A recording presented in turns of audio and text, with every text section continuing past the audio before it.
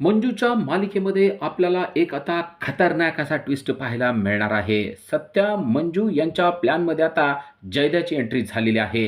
सत्या, मंजू आणि जयद्या यांनी एक जबरदस्त प्लॅन केलेला आहे आणि त्या प्लॅननुसार आता जयद्यासुद्धा तात्यांचा खास माणूस बनून तात्यांकडे जाणार आहे. म्हणजेच आता मंजू आणि जयद्या हे खास माणसं बनून आता तात्याच्या घरी जाणार आहेत आणि तात्याची लंका दहन करण्यासाठी सत्याला मदत करणार आहेत. सत्या, मंजू आणि जयद्या यांचा नक्की काय प्लॅन आहेत आणि ते कशाप्रकारे काम करणार आहे ते पाहण्यासाठी हा व्हिडिओ शेवटपर्यंत पहा आणि आमच्या चॅनलला सबस्क्राईब केलं नसेल तर त्वरित सबस्क्राईब करा आणि हा व्हिडिओ शेवटपर्यंत नक्की पहा.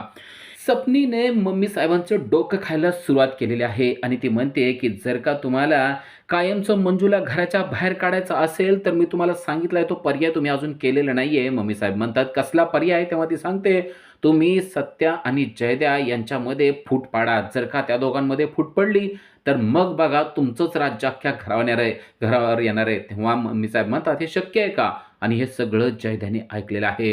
जयद्याला तर माहितीच आहे की सपना आणि मम्मी साहेब यांच्या डोक्यामध्ये नेहमी काय शिजत आहे. खरं तर त्याला त्या दोघींच्या या बोलण्याचा राग येत असतो, पण तो शांतपणे ऐकत असतो आणि सपनी सांगत असते जर का या दोघांमध्ये जर का भांडण लागलं तर मग आपण जिंकलो समजा. आपल्याला त्या मंजूला कायमचं घरातून बाहेर हकलता येईल आणि मग तुमचं राज्य या घरावरून कधी सुद्धा जाणार नाही. पण लक्षात ठेवा मी जे म्हणते ना अगदी तसंच झालं पाहिजे. पण मम्मी साहेब म्हणतात अगं ते मेले तरी सुद्धा वेगळे होणार नाहीत, अशी दोघं आहेत तुला माहिती आहे ना. त्यामुळे त्यांच्यातला आता फूट पाडण्याचा तो विषय सोडून टाक. आता त्यांच्यामध्ये कधी सुद्धा फूट पाडणार नाही असं मम्मी साहेब सांगतायत. पण आता जयद्या मात्र हे शांतपणे ऐकतोय.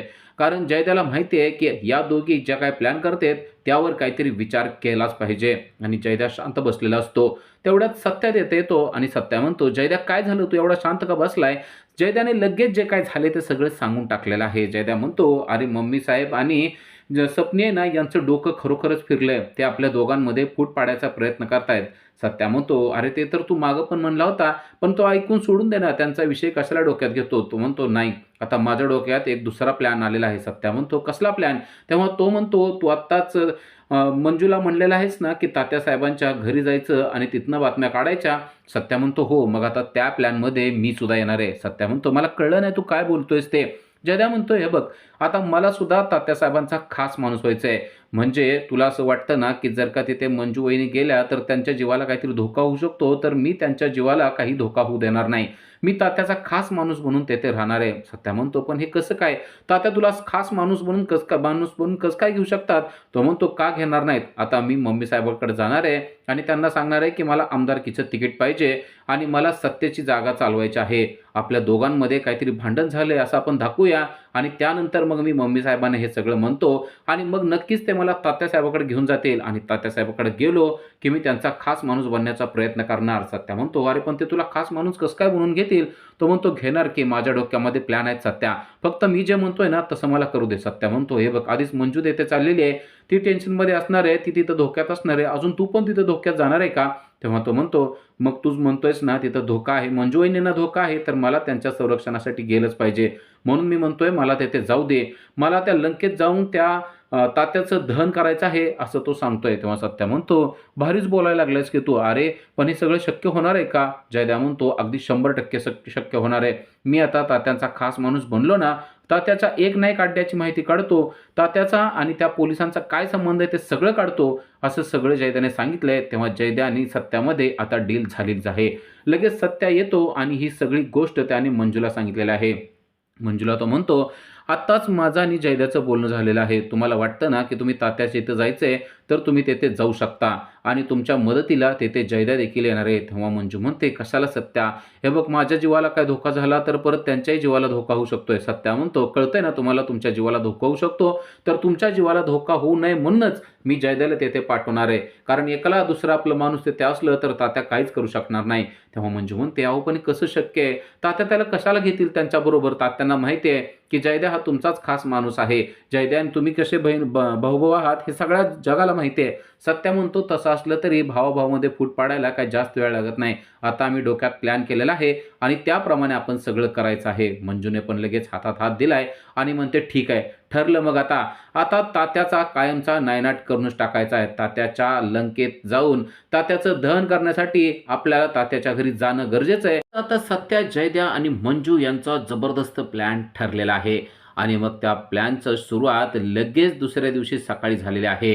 सपना गरम चहा घेऊन येत असते आणि मंजूने तिला बघितलेलं असतं आणि मंजू हळूच जाऊन तिला धडकते आणि त्या धडकेमुळे सपनाच्या हातातला गरम चहा हा मंजूच्या हातावर सांडलेला असतो आणि मंजू जोरात ओरडायला लागलेली असते. मंजूच्या ओरडण्यामुळे सत्या बाहेर येतो आणि काय झाले विचारतो तेव्हा मंजू सांगते, या सपनावहिनीने माझ्या हातावर चहा सांडलेला आहे. सत्या एकदम चिडतो आणि अक्षरशः त्यांना लगेच वाईट बोलायला लागतो आणि म्हणतो, अहो तिला दिसत नाही म्हणून काय तुम्हाला पण दिसत नाही का? तुम्हाला कळत नाही? नेहमी तुम्ही तिच्या मागच लागलेला आहात. तुम्हाला नेहमी तिचं वाईटच झालेलं बघावं लागतंय. मला तर वाटतंय की तुम्ही मुद्दाम तिच्या हातावर चहा सांडलेला आहे.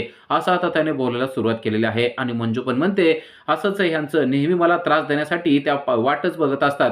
मला तर वाटतंय त्यांनी हा चहा मुद्दाम माझ्या हातावर सांडलेला आहे. सत्या पण आता चिडून लाल झालेला असतो आणि बोलायला सुरुवात करतो आणि म्हणतो, खरंच तुम्ही ना बिंडोक आहात, बिंडोक. तुम्हाला कळत नाही साधी गोष्ट की आपल्या घरामध्ये एक अंध व्यक्ती राहते, तर तिच्याबरोबर कसं वागलं पाहिजे, त्या अंध व्यक्तीला त्रास दिला नाही पाहिजे, या साध्या गोष्टी तुमच्या लक्षात येत नाहीत का? असं म्हणून सत्याने आता चांगलंच तोंड घ्यायला सुरुवात केलेली असते. सत्याने आता सगळं मागचं उकरून काढलेलं असतं. आजपर्यंत मी बघत आलोय की तुम्ही कसा मंजूला त्रास दिलेला आहे, पण आता तरी तुम्ही तिला त्रास द्यायचं बंद करा. अहो तिच्या हाताला किती भाजले तुमच्या लक्षात येतंय का? तुमचे डोळे फुटलेत का? तुम्हाला कळत नाही का नीट बघून चालायला?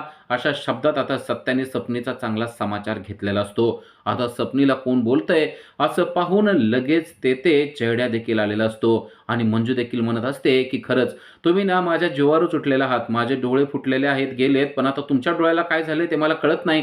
असं म्हणून आता मंजूने देखील तोंडसुख घ्यायला सुरुवात केलेली असते. माझ्या हाताला इतकं पोळलेलं आहे, तुम्हाला आता बरं वाटत असेल ना मला त्रास झालेला, असं म्हणून मंजू देखील बोलत असते. आणि सत्या म्हणतो, खरंच मला ना यांची आता कीव यायला लागले. एखाद्या अंध व्यक्तीबरोबर कसं वागावं याची सुद्धा जाणीव यांना नाहीये. त्या मम्मी साहेब पण तसंच करतात आणि सपना वहिनी तुम्ही पण तसंच करतात. तेव्हा आता जयद्या ठरल्याप्रमाणे तेथे आलेला आहे आणि जयद्या म्हणतो, दादा तू काय बोलतोयस, तुला कळतंय का?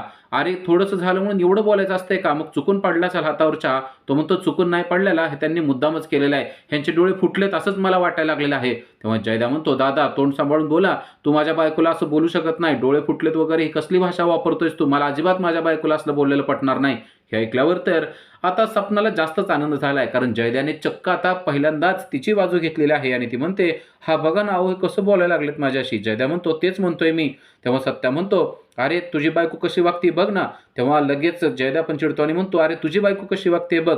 तिला काय गरज होती तिकडे जायची, आर्यनला पकडायला डोळ्यामध्ये मिरची घालून घेतली आहे. मला तर वाटतं तिचेच डोळे फुटलेले होते म्हणून ते आर्यनच्या मागे गेलेले. हे सगळं ऐकल्यावर मम्मी साहेब तर एकदम खुश झालेत. अरे वा, आपल्याला जे पाहिजे होतं तेच घडतंय. सत्या आणि आता या दोघांमध्ये भावाभावांमध्ये फूट पडलेली आहे तिच्या लक्षात येतं आणि अक्षरशः सत्या जयद्याच्या अंगावर धावून जातो आणि त्याच्यावर हात उचलतो. हे बघितल्यावर तर मम्मी साहेबांच्या अक्षरशः डोळ्याचं पारणं फिटलेलं असतं. तिला कळतं की आता दोघांमध्ये चांगलीच फूट पडलेली आहे, पण बिचाऱ्या मम्मी साहेबांना माहिती नाही की सत्या आणि जयद्याने हा जबरदस्त प्लॅन केलेला आहे.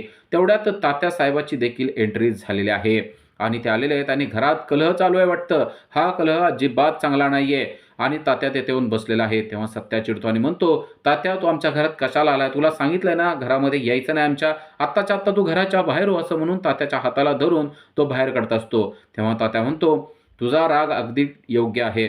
तुला वाटत होतं ना त्या दिवशी तू घरी आला होता माझ्याकडे बघायला, तुम्हाला विचारलंच देखील तुझ्या घरावर हल्ला कोणी केला. अरे बाबा मी कशाला तुझ्या घरावर हल्ला करू, त्याचंच क्लॅरिफिकेशन देण्यासाठी मी इथं आलेलो आहे. तो म्हणतो, तुला काय द्यायचं असेल ना ते बाहेर जाऊन दे, तू माझ्या घरामध्ये यायचंच नाहीयेस.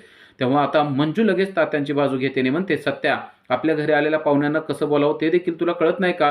सत्या म्हणतो, कोण आले ते तुला माहिती नाही. ती म्हणते, मला माहिती आहे, मी आवाजावरून ओळखते, तात्यासाहेब आलेले आहेत. तात्यासाहेब मला मुलगी मानतात, ही गोष्ट तुला माहिती आहे ना? सत्या म्हणतो, मुलगी मानतात पण त्यांचे वागणं कसं आहे तुला माहिती नाही. तेव्हा ती म्हणते, मला सगळं माहिती आहे सत्या. आपल्याच घरातले लोक माझ्याशी कसं वागतात ना ते तुला माहिती आहे चांगलं. त्यांच्यापेक्षा तर तात्यासाहेब नक्कीच चांगलं वागतात. असं म्हणून आता मंजूने तात्यासाहेबांची बाजू घ्यायला सुरुवात केलेली असते. खरं तर हे सगळं तात्यासाहेबांसाठी मोठं शॉकिंग असतं. तेव्हा तात्यासाहेब म्हणतात, बघा मी म्हणलं ना मंजू माझी मानस कन्या आहे आणि यासारखं चांगली गोष्टच नाहीये. मंजू तू म्हणतेस ते अगदी बरोबर आहे. मी तुझ्याशी नेहमी चांगलं वागलेलो आहे. असा एखादा प्रसंग सांग बरं की ज्यावेळेस मी तुझ्याशी वाईट वागलोय. कधीच तुझ्याशी मी वाईट वागलेलो नाहीये. पण ही गोष्ट या सत्याला कशी सांगावी ती मला कळत नाही. सत्या म्हणतो, मला तुझा चेहरा सगळा चांगला माहिती आहे. ह्या मंजूला कळत नसेल म्हणून ती तसं बोलते. मंजू म्हणते, सत्या तू तोंड सांभाळून बोल. तात्यासाहेबांना वाईट एक शब्द सुद्धा मी ऐकून घेणार नाही आता. सत्या म्हणतो, असं असेल तर मग तूच त्यांच्या घरी जाऊन राहा. तुला वाटतं ना ते तुझे वडील आहेत, बघ तुला 2 दिवस ते कसे सांभाळतायत ते. असं म्हणून आता सत्याने बरोबर तात्यासाहेबाला गळ घालायला सुरुवात केलेली असते. आणि मंजू पण म्हणते, तुला काय वाटतं ते काय मला नेणार नाहीत? अरे आत्ता जर का मी त्यांना म्हणलं ना तुमच्या घरी घेऊन जा, तर आत्ताच्या आत्ता मला ते घरात त्यांच्या घरी घेऊन जाऊ शकतात आणि त्यांच्या घरी सांभाळू शकतात. का हो तात्यासाहेब? आता तात्याला काय बोलावं तेच कळत नाही. कारण एका बाजूला तर त्याने तिला पुत्री म्हणलेलं असतं आणि आता नाही पण म्हणता येत नसतं. त्यामुळे तो म्हणतो, अगदी बरोबर मंजू बेटा, तू म्हणतेस ना ते अगदी खरं आहे. तू आत्ता सुद्धा माझ्याबरोबर येऊ शकते. आणि मंजू म्हणते, येऊ शकते नाही, मी येणारच आहे. सत्या म्हणतो, तू जाणारच आहेस ना, तर मी तुझं सामान भरून देतो आणि जा आत्ताच्या आत्ता तात्याबरोबर. असं म्हणून त्याने अक्षरशः मंजूचा हात धरून आणि बॅग हातात घेऊन मंजूला घराच्या बाहेर काढलेलं असतं. हे सगळं पाहताना मम्मी साहेब सपना मात्र खुश झालेले असतात आणि तात्यासाहेब पण लगेच मंजूला म्हणतो, चल चल माझ्याबरोबर, तू माझी मानसपुत्री आहेस आणि मी तुझा सांभाळ करू शकतो. या सत्याला मी दाखवून देतो की मी तुला सांभाळू शकतो. असं म्हणून तात्यांनी देखील आता तिला गाडीकडे नेलेलं असतं आणि दरवाजा उघडून तिला त्यात बसायला लावलेलं असतं. मम्मी साहेब आणि सपना यांचं तर स्वप्नच पूर्ती झालेले आहे. एका बाजूला सत्या आणि जयद्या यांच्यात भांडणं लागलेत, तर दुसऱ्या बाजूला सत्याने चक्क मंजूला घरातून हाकलून दिलेलं आहे. आणि त्यानंतर मम्मी साहेब जयद्याकडे आलेले आहेत आणि म्हणतायत, बघ तुला वाटलं ना आता त्या सत्याची साथ कशी त्या मंजूने सोडून दिली. तुला मी आत्तापर्यंत सांगत होते की तुला आमदारकीचं तिकीट मिळालं पाहिजे होतं, तू सत्याची जागा घ्यायला पाहिजे होती. तेव्हा जयद्या म्हणतो, हो आता मला देखील असंच वाटतंय की मी आमदारकीला उभारलं पाहिजे. तेव्हा ती म्हणते, माझं लेकरू कोकरू शिंगरू, खरंच तूच माझं स्वप्न पूर्ण करू शकतो, पण त्यासाठी आपल्याला तात्यासाहेबाकडे जावं लागणार आहे, कारण तात्यासाहेबच तुला हे सगळं तिकीट वगैरे देणार आहेत. जयद्या म्हणतो, असं असेल तर तात्यासाहेबांचं काम करायला मी तयार आहे. ती म्हणते, काय म्हणतोय, खरं बोलतोयस तू? खरंच तू जयद्या तात्यासाहेबासाठी काम करू शकतो? तो म्हणतो, अगदी करू शकतो. जर का आता हा सत्या माझ्या बायकोच्या विरोधात बोलत असेल आणि त्याचीच बायको जर का त्याचं ऐकत नसेल, तर त्याचं मी काय ऐकावं असा प्रश्न मला पडलेला आहे. खरं तर आयुष्यभर त्याचं ऐकत आलोय, पण माझी काय प्रगती झाली असा विचार मी तू सांगितल्यावर केला. माझी काहीच प्रगती झालेली नाहीये. आता मला आमदार व्हायचंय आणि त्याला दाखवून द्यायचंय की मी सुद्धा माझ्या पायावर उभारू शकतो. मम्मी साहेब म्हणतात, अगदी बरोबर आहे तुझं, अगदी तू ना योग्य रस्ता निवडलाय. आपण लगेच उद्याच तात्यासाहेबांकडे जाऊया आणि तात्यासाहेबांना सांगूया की तू त्यांच्यासाठी काम करणार आहेस. तो म्हणतो, चालेल, पण तात्यासाहेब मला घेतील का? का तात्यासाहेब म्हणतील तू सत्याचा भाऊ आहे आणि तू माझ्याकडे येऊ नकोस? मम्मी साहेब म्हणतात, अरे मी आहे ना. आता तात्यासाहेब मी सत्याची आई असून माझ्यावर विश्वास ठेवतात, तर तुझ्यावर का विश्वास ठेवणार नाही? आणि लगेच दुसऱ्या दिवशी मम्मी साहेबांनी त्याला तात्याकडे नेलेलं असतं आणि तात्याला सांगितलेलं असतं की सत्या आणि जयद्या यांच्यात भांडण झाले आणि आता जयद्या तुमच्यासाठी काम करणार आहेत. तेव्हा तात्यासाहेब म्हणतात, हे तर अगदी जगातलं आठवंच आश्चर्य म्हणलं पाहिजे, मला काही शक्य वाटत नाही. मम्मी साहेब म्हणतात, अहो त्याला घेऊनच आले मी, तुम्हीच त्याला विचारा आता तो तुमच्यासाठी काय करणार आहे ते. तात्यासाहेबाला खरं तर आनंद झालेला असतो, पण त्याला खरं वाटत नसतं की जयद्या आपल्यासाठी काय काम करणार आहे. म्हणून तात्यासाहेब जयद्याला विचारतात, खरंच तू माझ्यासाठी काम करू शकणार आहेस? अरे माझा रस्ता हा किती नेकीचा आहे तुला माहिती आहे, पण त्या नेकीच्या रस्त्यावर चालताना खूप त्रास होतो जयद्या. जयद्या म्हणतो, मला माहिती आहे, म्हणून तर मी तुमच्यासाठी काम करणार आहे. अहो आत्तापर्यंत सत्यासाठी किती काम केलं, पण सत्याला त्याचं काहीच नाहीये. आयुष्य मी सत्यासाठी घालवलंय, पण आता सत्याला वाटते की त्याच्यासारखं कोणच नाही. माझ्या बायकोला बोलतो, उलट सुलट बोलतो आणि स्वतःची मात्र त्यांनी प्रगती करून घेतली आहे. माझ्या पदरात आत्तापर्यंत काय पडलंय? असं उलट सुलट तो बोलत असतो. तेव्हा तात्यासाहेब म्हणतात, हो पण तू माझ्यासाठी काय काम करणार आहेस? तुला काय वाटतं काय करावं? तेव्हा तो म्हणतो, तुमचा पक्ष मी वाढवणार आहे तात्यासाहेब. तुमचा पक्ष नवीन आहे ना, आता या साताऱ्यामध्ये तुमचा पक्ष मी कसा वाढवतो बघा. तो सत्या जे करतो ना तेच मी करणार आहे. मी दरबार भरवणार आहे आणि त्या दरबारातले सगळे प्रश्न मी सोडवणार आहे आणि ते सोडवण्यासाठी तुम्ही मदत करताय असं दाखवणार आहे. आता लोकांना जे काही पैसे वगैरे लागतील ते तुम्ही द्या, फक्त बघा आता मी लोकांचे प्रश्न कसे सोडवतो, कारण मला हे सगळं माहिती आहे. अहो सत्यासाठी सुद्धा मीच काम केलेलं आहे. सत्या नुसतं तिथं बसून असायचा आणि सगळे प्रॉब्लेम मी सोडवायचो, पण नाव तिथं सत्याचं झालेलं आहे. तेव्हा तात्यासाहेब म्हणतात, कौतुक कौतुक आणि फक्त कौतुक. आता तुम्ही जर म्हणत असाल तर लगेच दरबार भरवा आणि दरबार भरवून तुम्ही कशी समस्या सोडवताय ते सगळं मला दाखवा. तेव्हा जयद्या म्हणतो, तात्यासाहेब तुम्ही काहीच काळजी करू नका. आजपर्यंत सत्यासाठी मी एवढं काम केलेलं म्हणल्यानंतर तुमच्यासाठी तर आता डबल काम करणार आहे. तेव्हा तात्यासाहेब म्हणतात, जर का तुम्ही काम माझ्यासाठी केलं तर आमदारकीचं तिकीट तुम्हाला दिलंच म्हणून समजा आणि तुम्ही निवडून आलायच असं समजा. तात्यासाहेब तर भलता खुशच झालेला आहे. आणि त्यानंतर जयद्याने दरबार देखील भरवलेला असतो आणि दरबार भरवून काही त्याचे समस्या असतात लोकांच्या, त्या सुद्धा त्यांनी सोडवायला सुरुवात केलेली असते. आता जयद्यावर तात्यासाहेब भलताच खुश झालेला असतो. तात्यासाहेबाला असं वाटत असतं की आता आपल्याबरोबर सगळं योग्य घडतंय. पण या पाठीमागे जयद्याच्या मनात काय चाललंय ते त्याला माहिती नसतं. जयद्या मनातल्या मनात म्हणत असतो, की आता तुझ्या सगळ्या अड्ड्यांची माहिती मी कशी काढतो ना ते बघ. आता मी आणि मंजू मिळून इथं तुझी कशी वाट लावतो ना ते लक्षात घे. आणि मंजू आणि जयद्या हे आता गुप्तपणे घरामध्ये बैठका घेत असतात आणि तात्याचे अड्डे नक्की कुठे आहेत, तात्या काय करतो, कुणाला भेटतो, या पक्षाचं काम करत असताना तात्याचे कोणते काळे धंदे चालू आहेत याची एक फाईलच जयद्या आणि मंजू यांनी बनवलेली असते. आणि आता लवकरच ती फाईल ते पोलिसांना सुद्धा देणार असतात आणि पोलिसांचा नक्की कोणता माणूस हा तात्यांना मिळालाय याची सुद्धा बातमी लवकरच मंजू आणि जयद्या यांना मिळणार असते. आणि वेळोवेळी जयद्या ती सगळी बातमी सत्याला सुद्धा देत असतो. अशा सिरियलच्या अपडेटसाठी आजच आमच्या चॅनलला सबस्क्राईब करा. थँक्यू.